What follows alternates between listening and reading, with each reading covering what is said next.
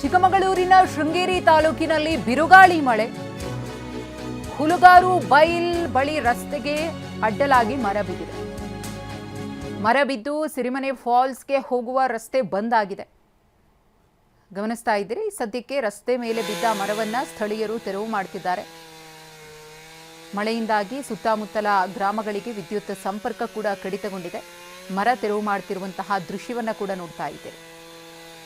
ಬಿರುಗಾಳಿ ಸಹಿತ ಸುರಿತಾ ಇರುವಂತಹ ಮಳೆಗೆ ಬುಡ ಸಮೇತ ಮರವೊಂದು ಧರಾಶಾಹಿಯಾಗಿದೆ.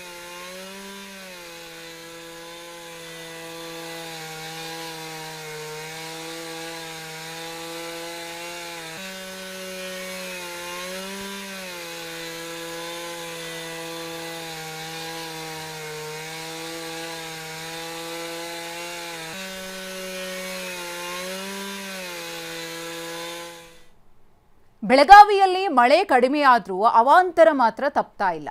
ಭತ್ತದ ಗದ್ದೆಯನ್ನ ಬಳ್ಳಾರಿ ನಾಲಾ ನೀರು ಆವರಿಸಿದೆ. ಮೊದಲ ಹಂತದಲ್ಲಿ ಮಳೆ ಕೊರತೆಗೆ ಬೆಳೆಗೆ ಹಾನಿಯಾಗಿತ್ತು. ಈಗ ವಿಪರೀತ ಮಳೆಯಿಂದ ಭತ್ತ ಬೆಳೆದವರಿಗೆ ಶಾಕ್ ಎದುರಾಗಿದೆ. ಸಾವಿರಾರು ಎಕರೆ ಭತ್ತದ ಗದ್ದೆ ಸಂಪೂರ್ಣವಾಗಿ ನೀರಿನಿಂದ ಆವೃತವಾಗಿದೆ. ಎಳ್ಳೂರು ಮಾರ್ಗ ಮಧ್ಯೆ ಸಾವಿರಾರು ಎಕರೆ ಭತ್ತ. ಬಳ್ಳಾರಿ ನಾಲಾ ಹೂಳೆತ್ತುವ ಕಾರ್ಯಕ್ಕೆ ಚಾಲನೆ ಸಿಕ್ಕಿಲ್ಲ. ಹೂಳೆತ್ತದ ಕಾರಣಕ್ಕೆ ರೈತರ ಜಮೀನಿಗೆ ಈ ಪರಿ ನೀರ್ನುಗ್ಗಿ ಬೆಳೆಯನ್ನ ನಾಶ ಮಾಡ್ತಾ ಇದೆ. ನಮ್ಮ ಪ್ರತಿನಿಧಿ ಸಹದೇವ್ ಮಾನೆ ಪ್ರತ್ಯಕ್ಷ ವರದಿ ನೀಡಿದ್ದಾರೆ, ನೋಡೋಣ. ಬೆಳಗಾವಿ ನಗರದಾದ್ಯಂತ ಆಗ್ತಾ ಇರುವಂತಹ ಮಳೆಯಿಂದಾಗಿ ಸದ್ಯ ಈಗ ಬಳ್ಳಾರಿ ನಾಲಾ ಕೂಡ ಉಕ್ಕಿ ಹರಿತಾ ಇರುವಂತದ್ದು. ಇದೇ ಒಂದು ಕಾರಣಕ್ಕಾಗಿ ಸದ್ಯ ಈಗ ಬಳ್ಳಾರಿ ನಾಲಾದ ಅಕ್ಕಪಕ್ಕದಲ್ಲಿರುವಂತಹ ಜಮೀನುಗಳು ಎಲ್ಲವೂ ಕೂಡ ಕಂಪ್ಲೀಟ್ ಆಗಿ ಜಲಾವೃತಗೊಂಡಿರುವಂತದ್ದು. ನಾನೀಗ ಎಳ್ಳೂರು ಭಾಗದಲ್ಲೇ ಇದ್ದೇನೆ. ನೀವೀಗ ದೃಶ್ಯಾವಳಿಗಳಲ್ಲಿ ತೋರಿಸ್ತಾ ಹೋಗ್ತೇನೆ. ಇದು ಏನಂತಂದ್ರೆ ಕಂಪ್ಲೀಟ್ ಆಗಿ ನೀರಿನಿಂದ ಜಲಾವೃತ ಆಗಿರುವಂಥ ಗದ್ದೆಗಳನ್ನು ನೀವೀಗ ಗಮನಿಸಬಹುದಾಗಿದೆ. ಇಲ್ಲಿ ಏನು ನೀರಿದೆ, ಈ ಒಂದು ಪ್ರದೇಶದಲ್ಲೇ ಭತ್ತವನ್ನು ಬೆಳೆಯಲಾಗಿತ್ತು. ಆ ಭತ್ತ ಕಂಪ್ಲೀಟ್ ಆಗಿ ಹಾಳಾಗಿ ಸದ್ಯ ಈಗ ಇಡೀ ಭತ್ತದ ಗದ್ದೆ ತುಂಬ ನೀರು ನಿಂತ್ಕೊಂಡಿರುವಂಥದ್ದು.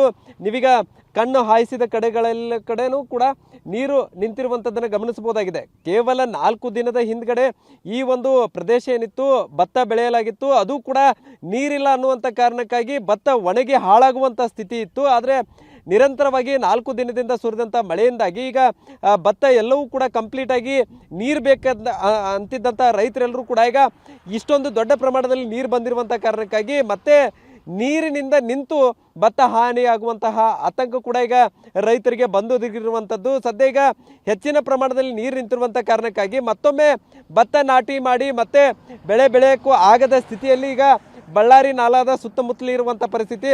ಸೊ ನೀವೀಗ ನೋಡುವಂಥ ದೃಶ್ಯ ಏನಿದೆ, ಯಾವುದೋ ಒಂದು ನದಿಯ ಮಾದರಿಯಲ್ಲಿ ಇಲ್ಲಿ ಕಂಡು ಬರ್ತಾ ಇರುವಂಥದ್ದನ್ನು ಗಮನಿಸಿದರೆ ಸೊ ಎಷ್ಟೊಂದು ಪ್ರಮಾಣದಲ್ಲಿ ಮಳೆ ಆಗ್ತಾ ಇದೆ ಅನ್ನುವಂಥದ್ದನ್ನು ಕೂಡ ಗಮನಿಸ್ಬೋದಾಗಿದೆ.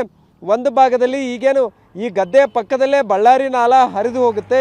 ಈ ಒಂದು ನಾಲಾದ ನೀರು ಅಕ್ಕಪಕ್ಕದ ಜಮೀನುಗಳಿಗೆ ನುಗ್ಗುವುದರ ಜೊತೆಗೆ ಇಡೀ ಜಮೀನಿನಲ್ಲಿ ಬೆಳೆದಂಥ ಬೆಳೆಗಳನ್ನು ಕೂಡ ನಾಶ ಮಾಡ್ತಾ ಬರ್ತಾ ಇರುವಂಥದ್ದು.